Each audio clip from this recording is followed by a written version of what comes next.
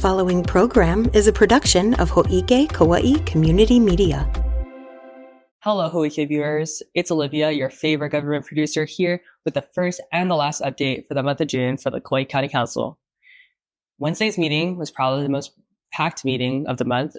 Everything else was pretty routine, but we saw a presentation about some of the legislation regarding midwifery that was brought forward by Councilmember Bobosan and Councilmember Holland.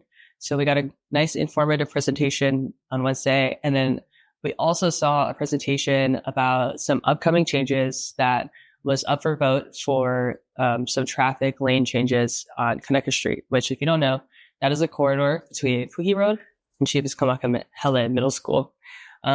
So let's dive in.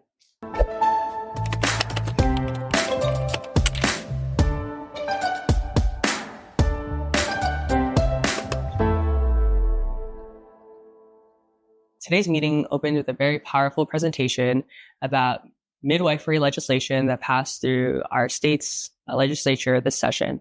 Advocates from the ACLU of Hawaii, the Hawaii Home Birth Collective, and traditional practitioners joined virtually to share their mana'o. Their message that current midwifery law is still too restrictive and is putting cultural and Native Hawaiian birth practices at risk. Some of the council members offered strong support. Councilmember Bobosan reflected about how he never really thought about this until he became a new father, and it's one of the most important things that he believes and the council should support. Councilmember Holland voiced some concerns about government overreach. Continually baffled at government overreach in certain things like home birth. It's been happening for hundreds of thousands of years. Women have been giving birth. The fact that those regulations seem just so onerous and unfair. So I appreciate. Advocates say more changes are still needed, and they plan to return with amendments next session. We'll see how the county council supports this kind of legislation in the future. If you'd like to see the full presentation, please go to the timestamp listed below on this lower third, and go ahead to our live broadcast from Wednesday, and you can see the whole presentation. There's a lot of information. The council approved a long-planned redesign of Kaneka Street and its intersecting roads in Puhi, aimed at improving safety near Chiefs Kamakahala Middle School. It may be easier, however, instead of describing the changes to you verbally, to also give you a visual. So if you're listening on podcasts, I've included the images on top of the show notes, or you can just watch the YouTube video to see visually where these changes will take place. So one of the confusing things that might come up is that Resolution 2025-30 doesn't include a new roundabout. It's just taking the Kaneka Street, Nuho Street roundabout and formally recognizing it in the county code, which is not what it is right now. But probably the most substantial change is taking Kaneka Street and turning it, instead of the 2 lanes going each way, into a 3-lane. So they're going to add bike lanes on each side. And then also they're going to add a center turn lane, kind of similar to how it is on Wright Street, especially for those important driveways like Ono Street, Mano Street, and also the Puhi Park. So the changes go far beyond just paperwork. It also installing new crosswalks at multiple intersections, including Nuho, Ono, Mano, and Puhi Road, establishing new stop signs on Ono Street, Mano Street, and at Puhi Road, and still making sure that there is a 25-mile-per-hour speed limit on Kaneka with a 15-mile-per-hour school zone between Mano Street and Nuho. Additionally, they'll be designating turn-only lanes at key driveways, including the school and Puhi Park.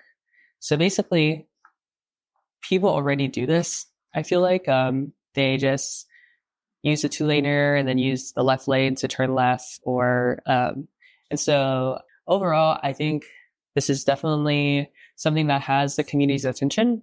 I think they spoke about a community meeting that they had it already, and have been in touch base with. So the one thing that was different from the community meeting that I feel important to point out is that instead of having the bike lane go all the way to the roundabout, it's actually cutting off a little sooner. So I'll have the map up. But that's just because they had some concerns about the bike lane going that far. And that's community concerns. So make sure that you participate in the process. I'll have some resources down below because your voice does matter. Obviously, the community's voice mattered, and they're going to be making some adjustments to it. So So overall, though, the changes are designed to slow traffic, making it safer to walk and bike and ease those school drop-off headaches. Just don't expect cones just yet. The physical changes will roll out after signage is posted and pavement is marked. To see the full presentation, I've also included the timestamp right here so that you can go watch our live broadcasts and watch the full presentation for yourself. The council also accepted $445,000 in grant funding, including $4,000 for chemo emergency management training, nearly $392,000 for high five redemption centers in Kekaha and Kaloa, and $50,000 for the Kaua'i sexual assault nurse examiner program. And there's even more good news. KBD confirmed the same program is fully staffed with 6 trained nurses, crucial support for victims of assault. 6 bills passed final reading, including updates to the Open Space and Natural Resource Preservation Fund and collective bargaining agreements covering multiple public worker unions through 2029. Lastly, there was an executive session that was held regarding a potential legal settlement. No public action was reported. From birthrights to bike lanes, the Kauai County Council is shaping our island for our community. But the process doesn't work without you. Democracy is not a spectator sport. So if you want to get involved, please visit the county's website right here to get agendas, minutes, all of the important stuff from the meetings. So this is Olivia with Ho'ike Kauai Community Media signing off. Ho'ike Kauai Community Media's president and CEO is Allegra Gaines. Administrative assistant, Leiko Someda. Production and education services by Roger Olson. Production and IT services by Max Richardson. News and events producer, Trisha Allen. County producer and social media manager, Olivia Franco.